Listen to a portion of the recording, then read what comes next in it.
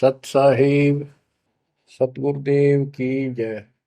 बंदी छोड़ कबीर साहिब जी की जय। बंदी छोड़ गरीबदास जी महाराज जी की जय। स्वामी राम देवानंद जी गुरु महाराज जी की जय हो।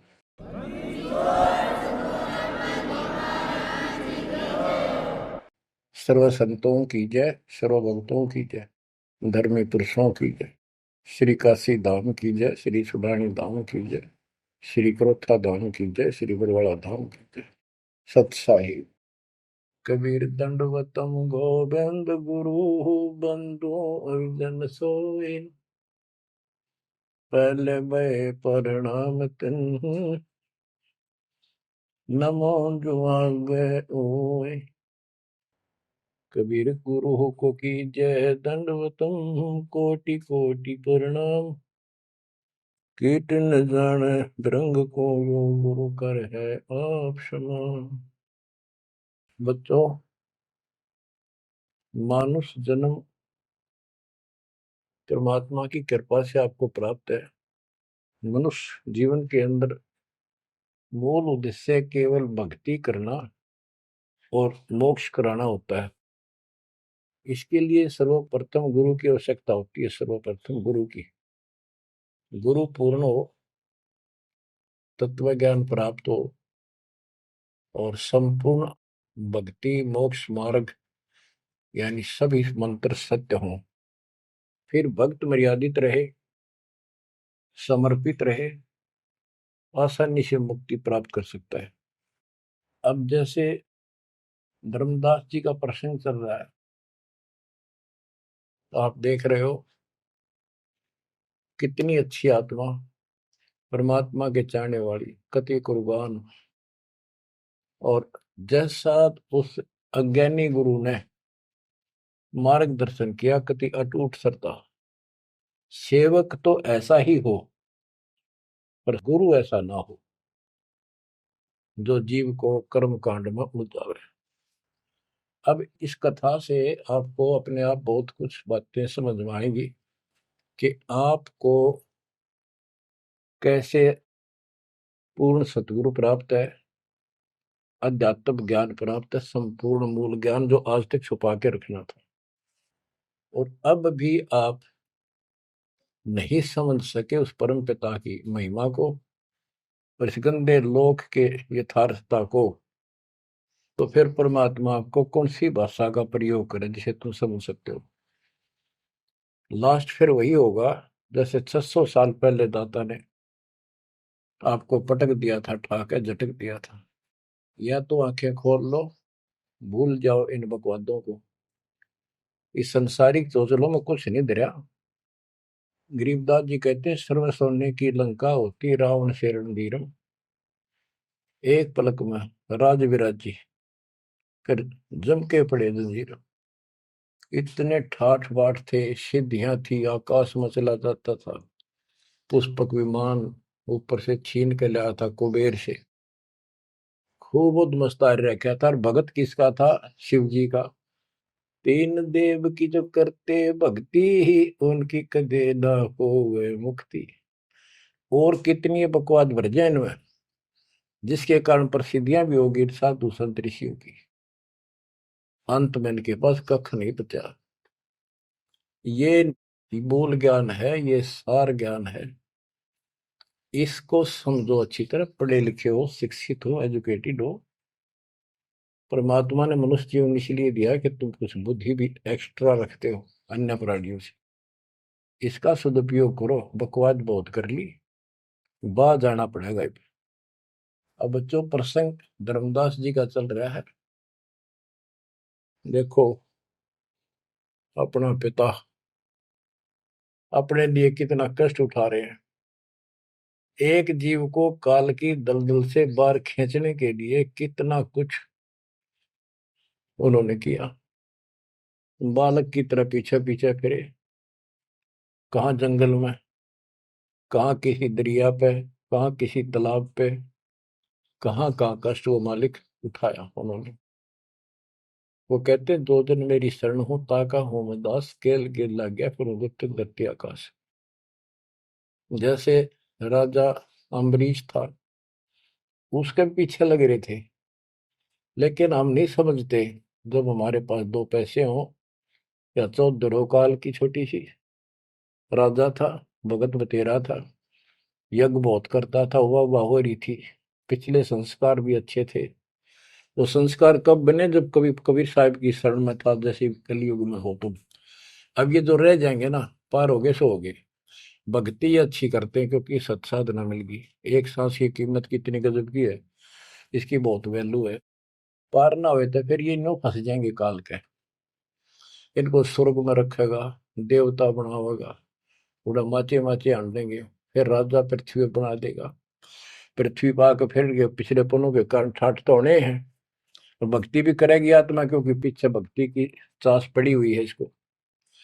तो भक्ति गलत करें जाएंगे, लाभ नारे हुए दिखेंगे। यो काल का भयंकर जाल है। मालिक फिर भी अपने बच्चे के साथ रहता है, फिर भी उनको राह दिखाने की चेष्टा करता है, किसी न किसी रूप में अपनी सच्ची भक्ति फिर से बताने की चेष्टा करता है। मानते हैं ना मानते वो अलग बात है। फिर राजा जनक हुआ अम्बरीश का जीवन पूरा करके, राजा जनक का पूरा करके फिर स्वर्ग गया। स्वर्ग में जाते समय लूट लिया काल ने। बिना विवेक वेख जो धारा सब करते सो भी बिना विवेक के न्यू नाश करते हैं। उड़ा दया भाव दिखा दी, अपने पुण्य दे दिए, और फिर नंगड़ होकर पृथ्वी पर आ गया। सारे पुण्य वहां खत्म कराया, आधे आधे ऊपर स्वर्ग में भोग लिए, और फिर पृथ्वी पर आ गए। पहले राजा था दो जीवनों में, राजा अम्बरीश वाली आत्मा। अम्बरीश राजा, राजा जनक सीता का पिता, और फिर वही आत्मा बाबा नानक बनी, खुद नौकर लगा के नवाब के यहाँ। जब ये इस स्थिति में आ गया, कति हैंड टू माउथ हो गए, तब दाता फिर मिले अपने बच्चे को। फिर राह दिखाने की चेष्टा की, खूब वाद विवाद किया। ने बोला आंखा देखो तो मानो, आंखा भी दिखाया जब जाकर माना। बच्चों ऐसे आज आपके साथ खड़े कर दाता देख कहां सिर के होने लग रहा है, यह भी तरह समझ में नहीं आ रही, ये भी तुम नहीं समझ पा रहे। What is this? इसका नाम है कबीर भगवान।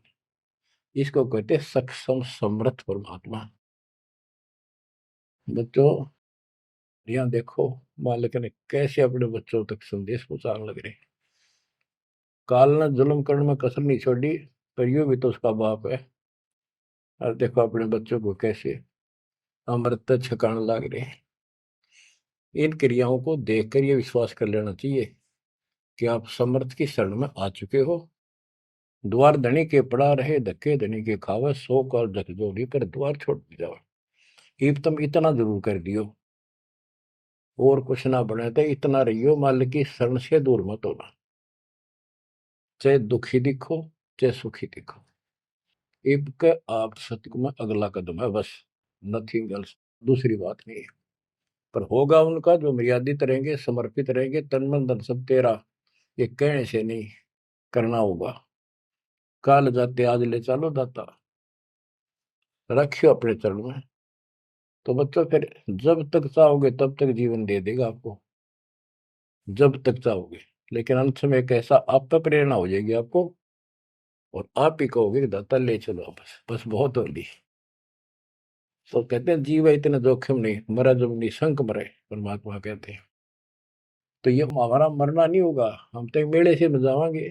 शरीर छोड़ दिया कांचड़ी, पक्षी उड़ा आकाश को चलते कर गया बीट, ये तो वो है।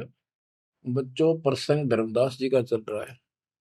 परमात्मा ने धर्मदास जी को पूरी सृष्टि रचना फिर सुनाई, क्योंकि शुरुआत में उसने इसलिए सुनी थी, अपना तर्क मन में अलग रखा था।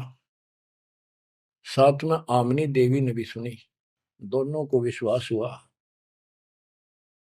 परमात्मा से कहा कि जोड़ पानी में पूछो स्वामी, पानी माने हाथ, जोड़ पानी में पूछो स्वामी, को कृपा कर अंतर्यामी, ओ साहब नाम का आही, परचय नाम कहो मोहि पाई, गुरु और सतगुरु तुमको कहूं, हे प्रभु कौन देश तुम रहो।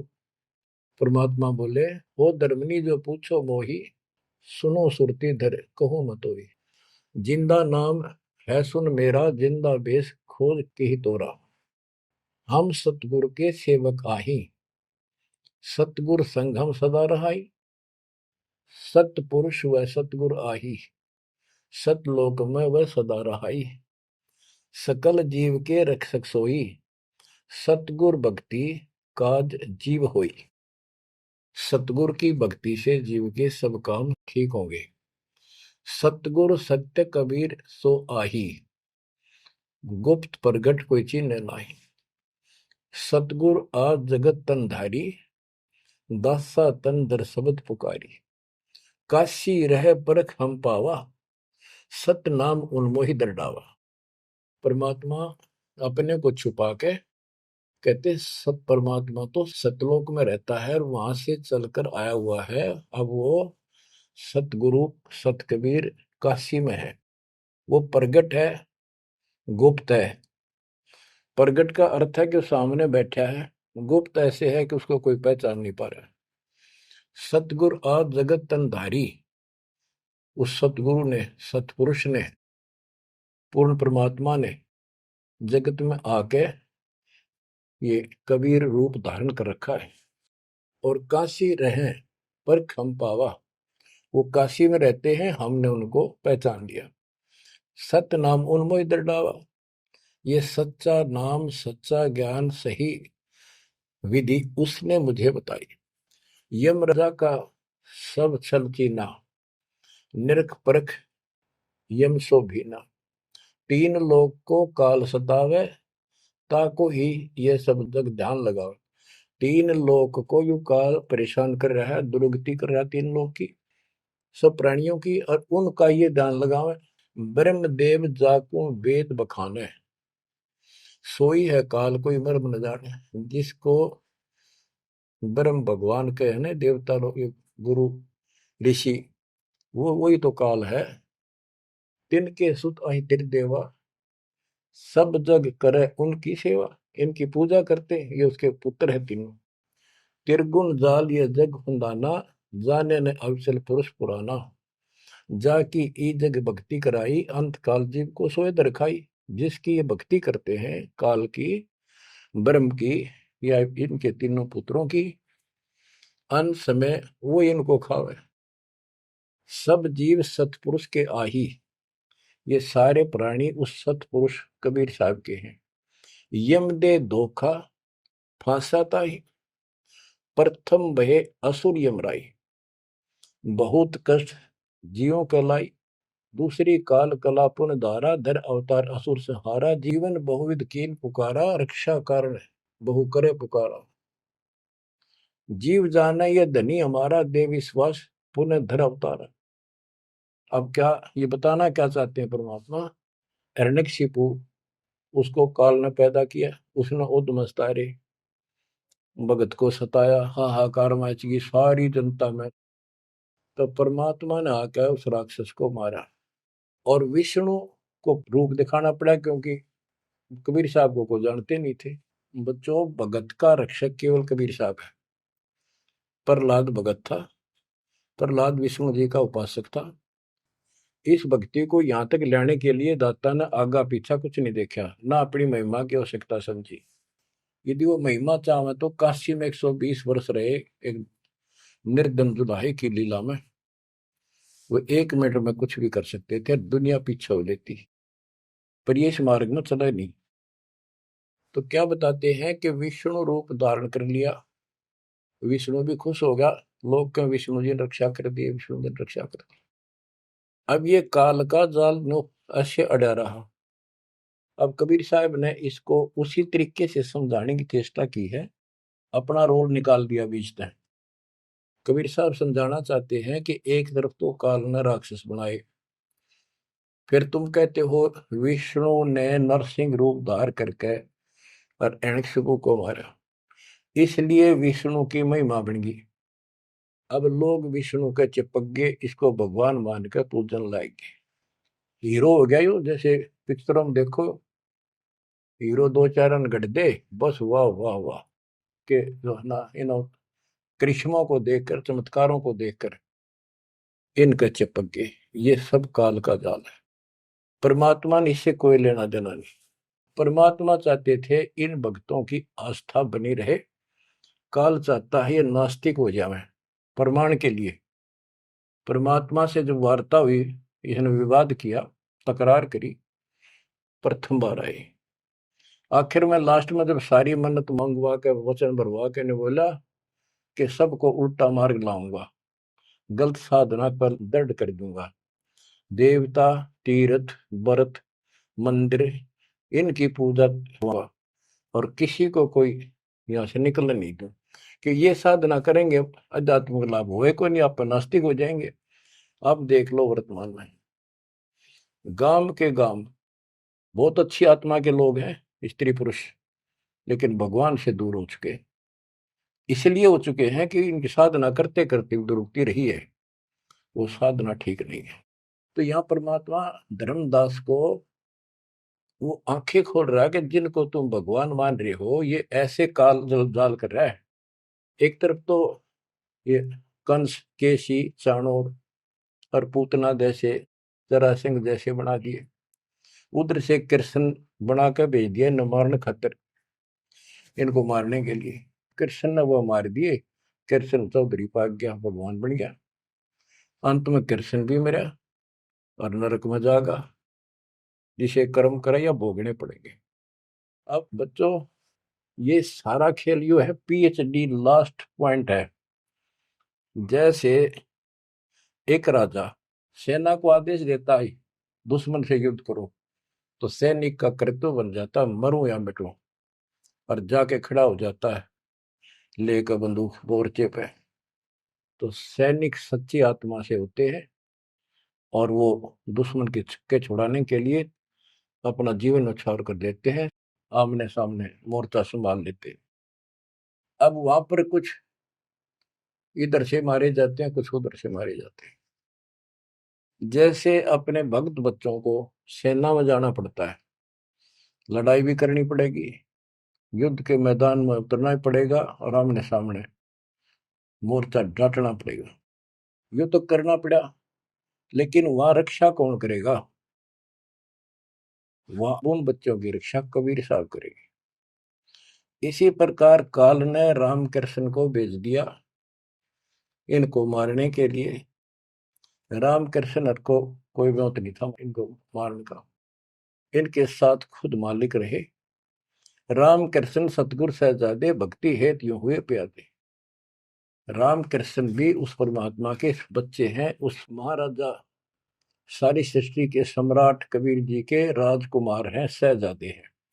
ये तुमसे ज्यादा निकट प्यारे हैं उसको, क्योंकि पिछले में बहुत गजब की भक्ति की थी, पर पैर फिसल गया इनका, अब काल का फंस गए। कोटिक अवगुण बालक कर ही पिता एक चित नहीं धरी।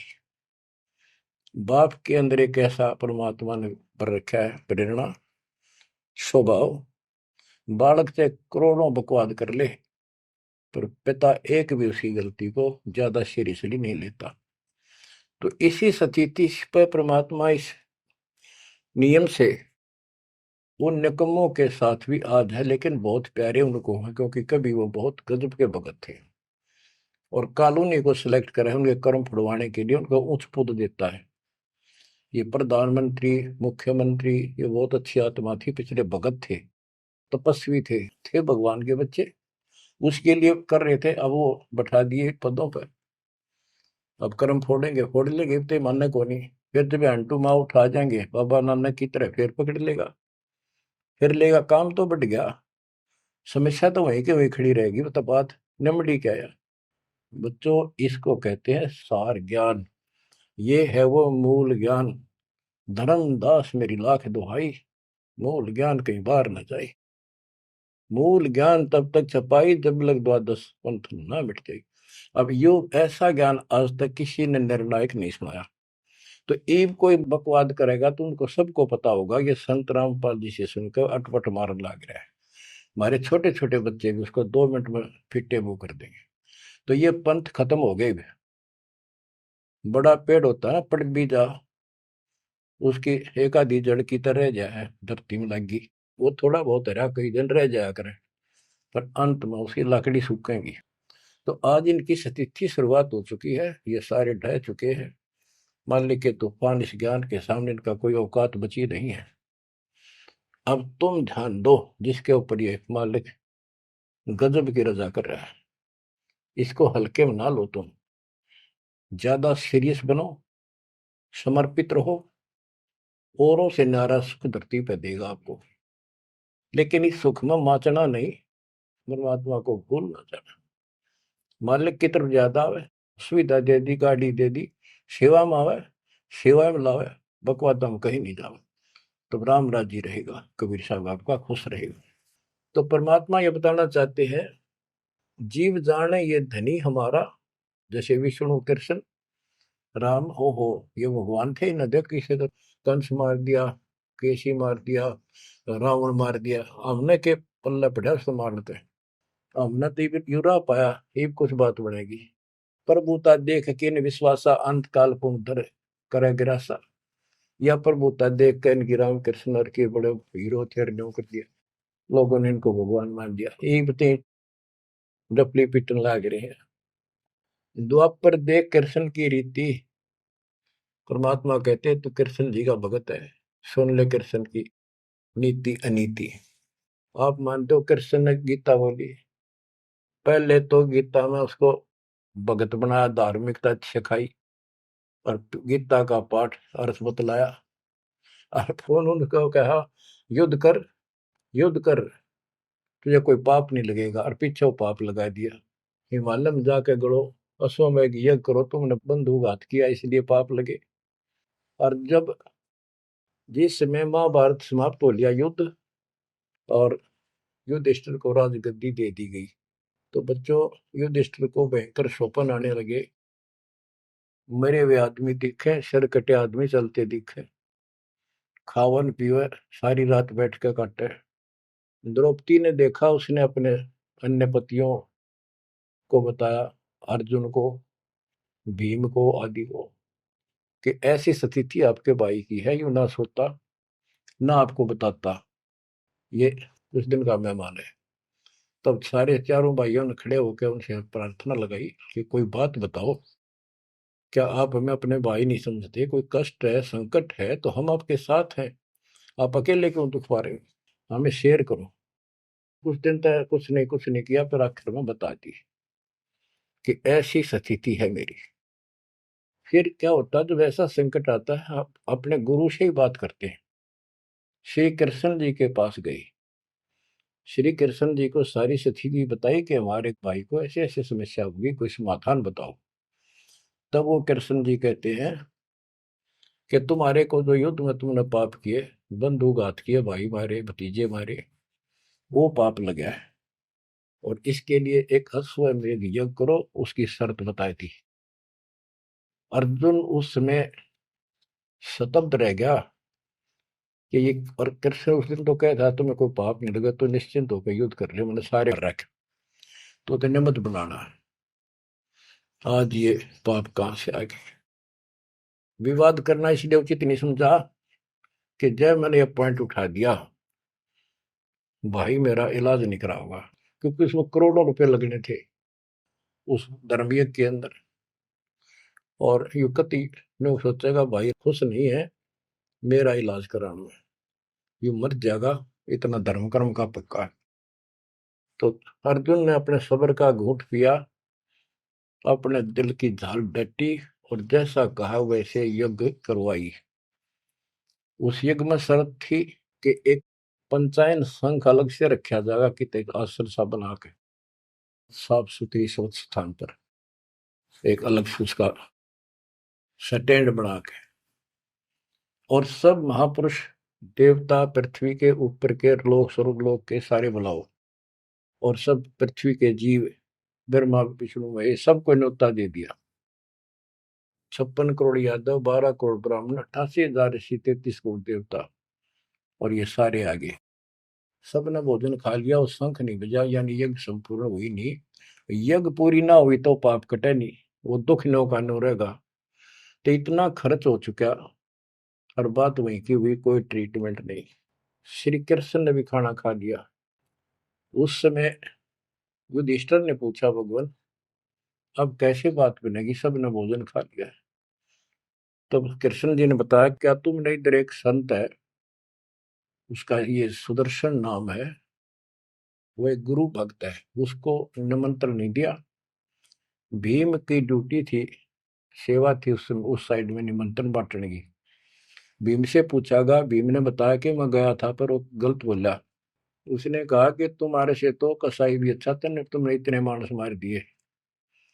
वो विधवा बहन सैनिकों की आज तक टक्कर मार कर हो रही है, तुम बैठ के मौज कर रहे हो, नरक में पड़ोगे जाके। तुम्हारे अन्न खाकर नरक में जाना है क्या मैंने? पहले मुझे ऐसी ऐसी 100 अश्वमेघ यज्ञ का फल दो, तब मैं तुम्हारा टूक तोड़ू। कृष्ण बोला, फिर आपने क्या कहा? मैं क्या कहूँ था जी? उसने फिर कह दिया, बताओ ना मन्ना, ये तेरे बिना कि हमारी यज्ञ अधूरी रह जाएगी, श्री कृष्ण जी हमारे साथ। तब भगवान बोले, सारी बात बिगाड़ दी, तुम चलो।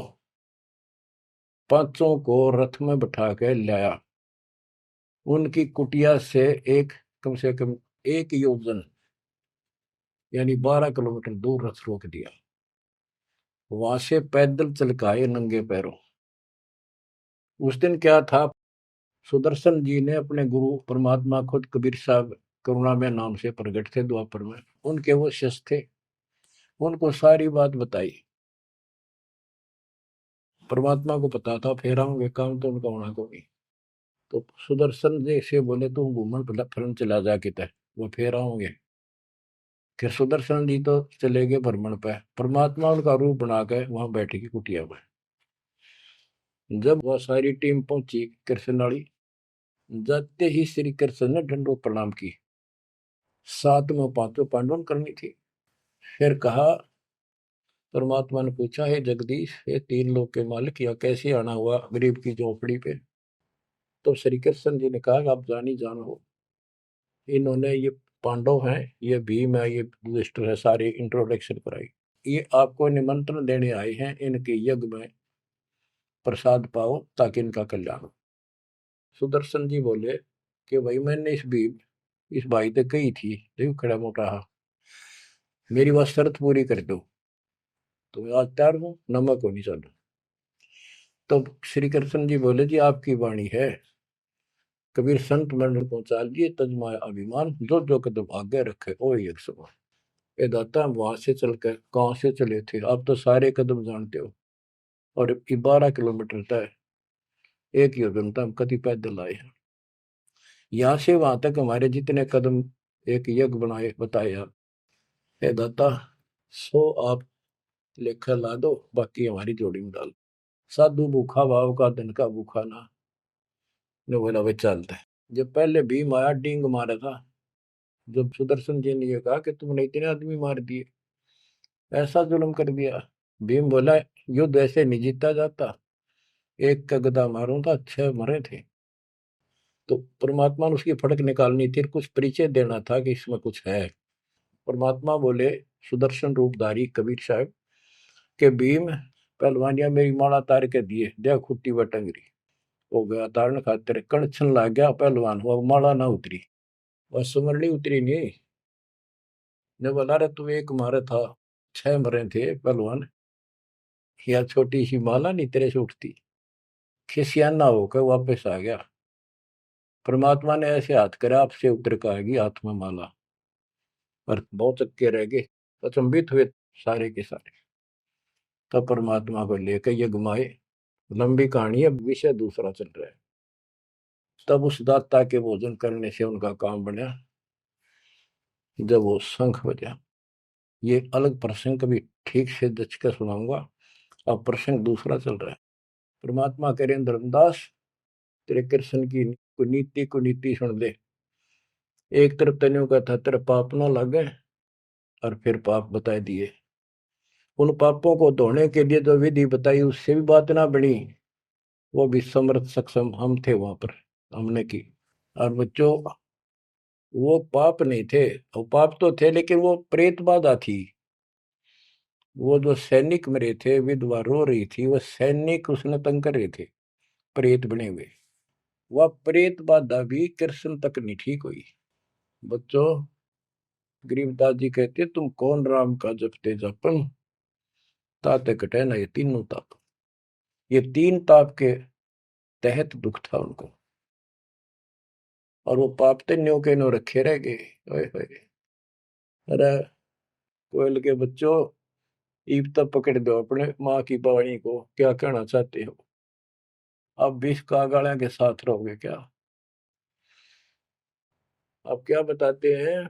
गीता पाठ का अर्थ बतलावा, पुण्य पाछे बहु पाप लगावा, बंधु घात दोष लगावा, पंडों के बहुकाल सतावा। पांडवों को काल ने खूब परेशान किया, और अंत में क्या हुआ? जब दुर्वासा जी ने श्राप दे दिया कि जैसे कृष्ण जी के पुत्र प्रद्युम्न और दो चार पांच और बच्चे मिलकर दुर्वासा जी द्वारका की बनी में बैठे थे, तपस्या कर रहे थे, कुछ दिन के लिए कहीं कहीं रुक जाते थे। वो पता चला कि बड़ा पहुंचा हुआ संत सिद्ध आ रहा है।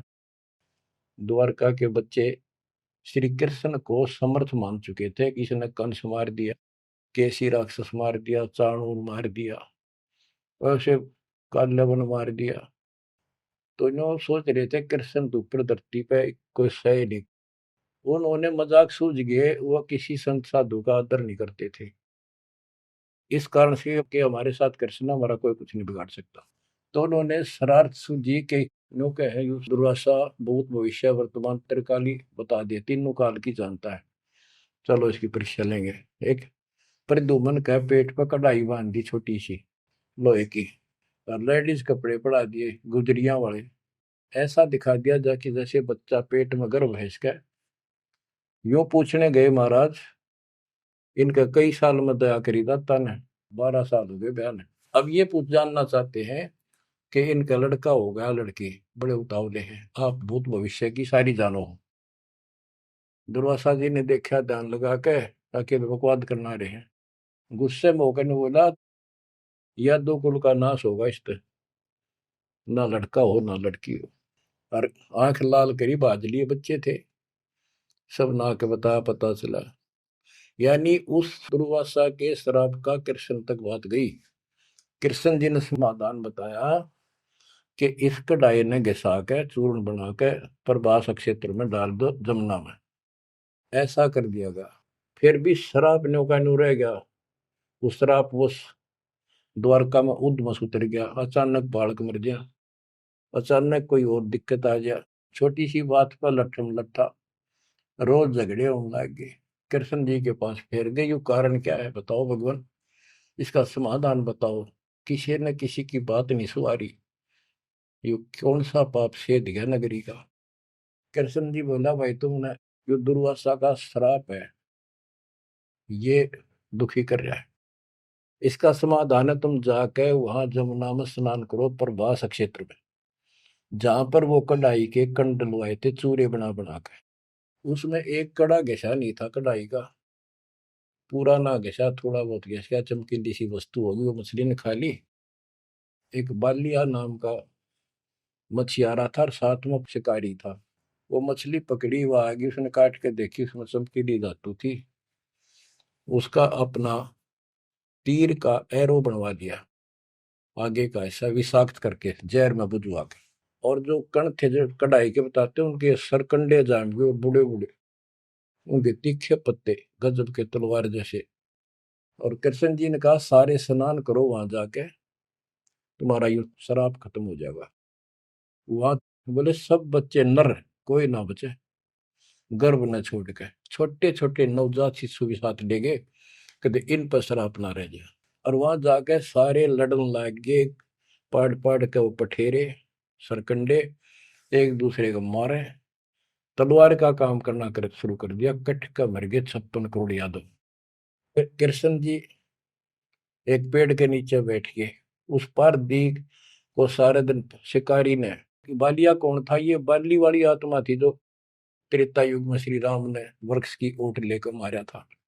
उसका अपना बदला लेने के लिए उस वो बालिया नाम का जीमर बना, शिकारी बना, श्री राम श्री कृष्ण बना। वो आत्मा, वो उसके पैर में तीर मार के श्री कृष्ण मारा।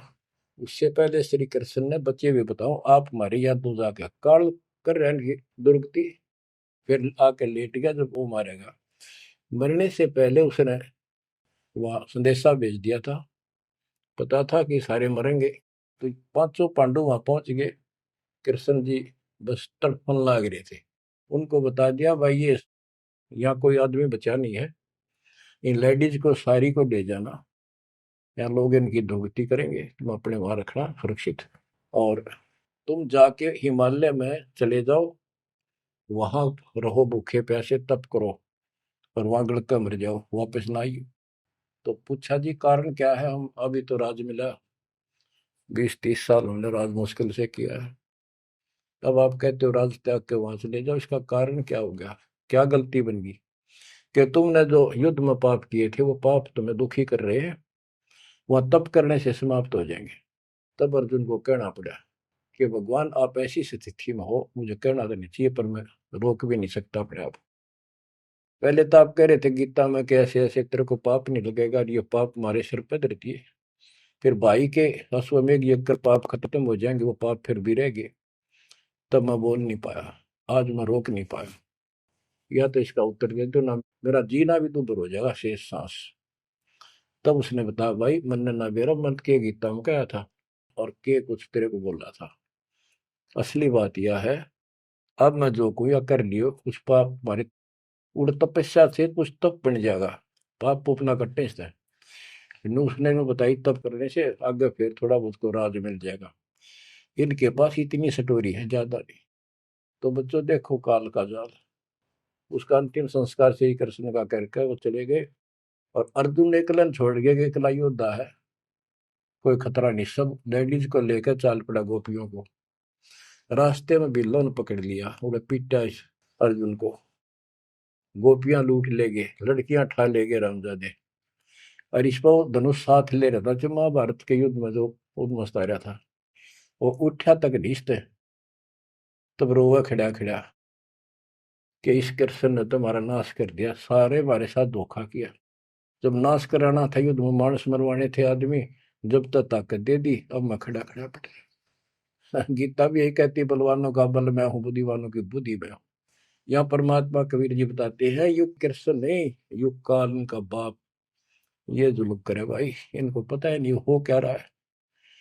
धर्मदास ये बातें सुनकर चक्कर में पड़ गया, मुंह का नहीं देखे देखे, आंख भी नहीं झपके। ये भगवान कति 100 की 100 सच्ची, सारी बात बिड़ा करते। देखिए धोखे बैठे थे, साथ में हमने बैठी, दोनों टेक टेक सुने मालिक के अमृत वचन। ये परमात्मा हम रोज सुना करते, मेरी तरह पत्थर पड़ गए थे कल। आपके क्या गुण गाओ मालिक, कैसी आंख खोल दी मेरी। परमात्मा कहते और सुन ले। अब क्या है, हिमालय में चले गए सारे पांडव, और वहां सारे मरते गिर जाते गए। तो कहते हैं जब ये पहुंचे ऊपर, तो युधिष्ठिर बाद में मरा, और तो सारे बर्फ में गड़ गए, बर्फ में पैर गड़ जाते कभी। लेकिन युधिष्ठिर का अंगूठा अंगूठा गला, बाकी शरीर जो का तो रहा, मर गयो भी गया।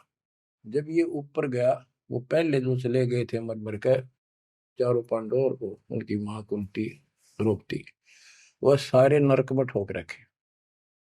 यो पहले स्वर्ग ले जाएगा, फिर इसको कुछ समय नरक में डालना था, क्योंकि इसने धर्मदास झूठ बोली थी युधिष्ठिर ने।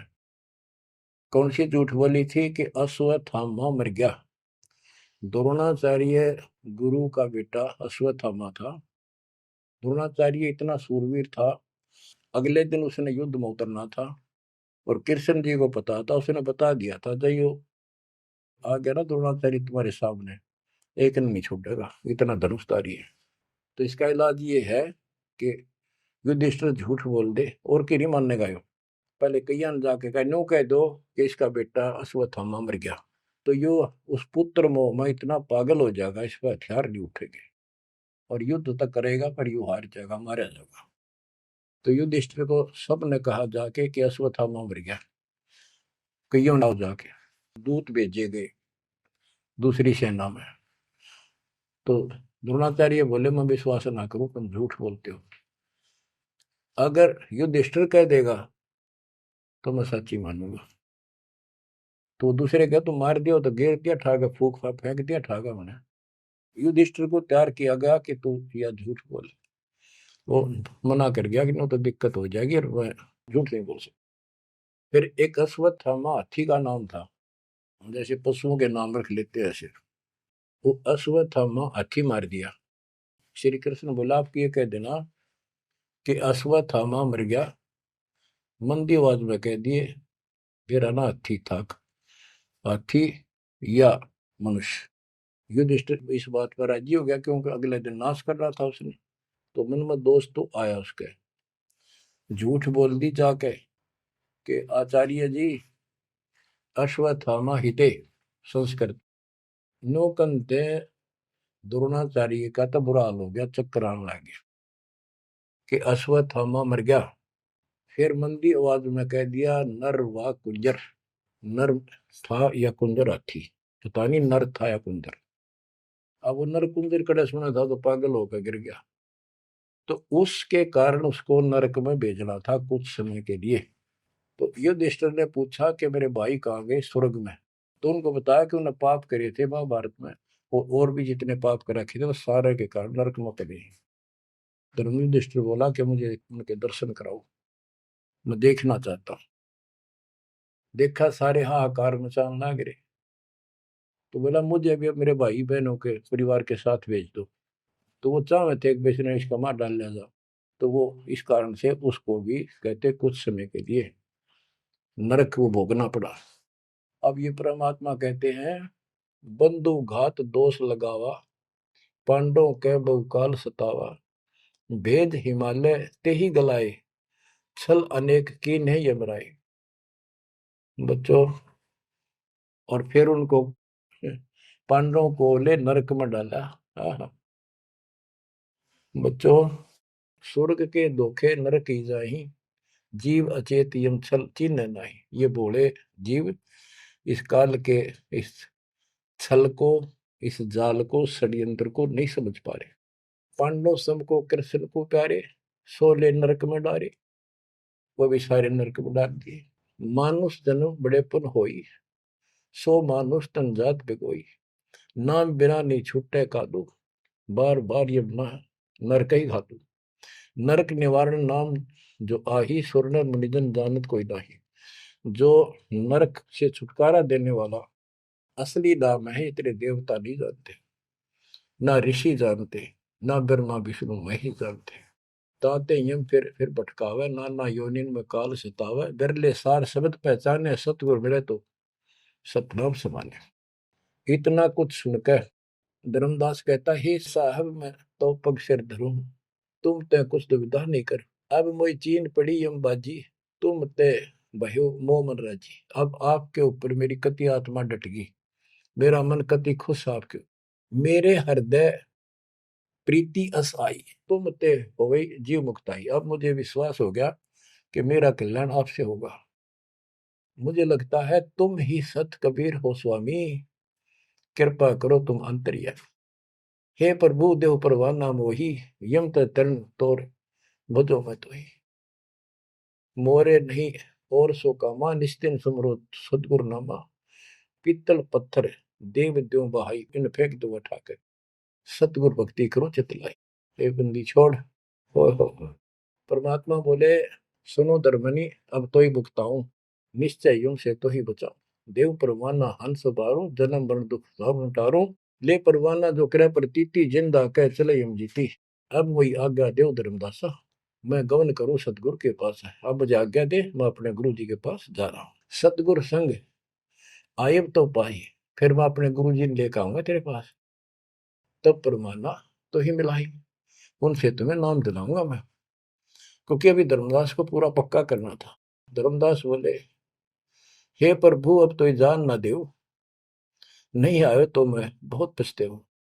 पछताई पछताई बहुत दुख पाऊं, नहीं आओ तो प्राण गवाऊं। हाथ से रतन खोई कोई डारे, सो मूर्ख निज कान बिगाड़े। ये मैं कैसे छोड़ू, अपने हाथ से रतन कैसे खो दूं। जब नहीं आए तो ना मैं खाऊं ना कुछ पीऊं, मैं मरूंगा। आप जब फिर नहीं आए तो परमात्मा ने कहा कि चाल पड़े, क्योंकि अभी ताव और बाकी देना था। धर्मदास सामने कति गली में खड़े हो गए, जब तक दिखते रहे आंखों में आंसू भरे रहे, एक टक देखते रहे। बच्चों, परमात्मा आपको मोक्ष दे, सदा सुखी रखे, शेष फिर दृढ़ हो जाओ, तड़फ जाओ उस घर जाने के लिए। परमात्मा आपको मोक्ष दे, सदा सुखी रखे, आपको अपने घर की याद बनी रहे, काल का दुख सदा याद रहे। सत्साई।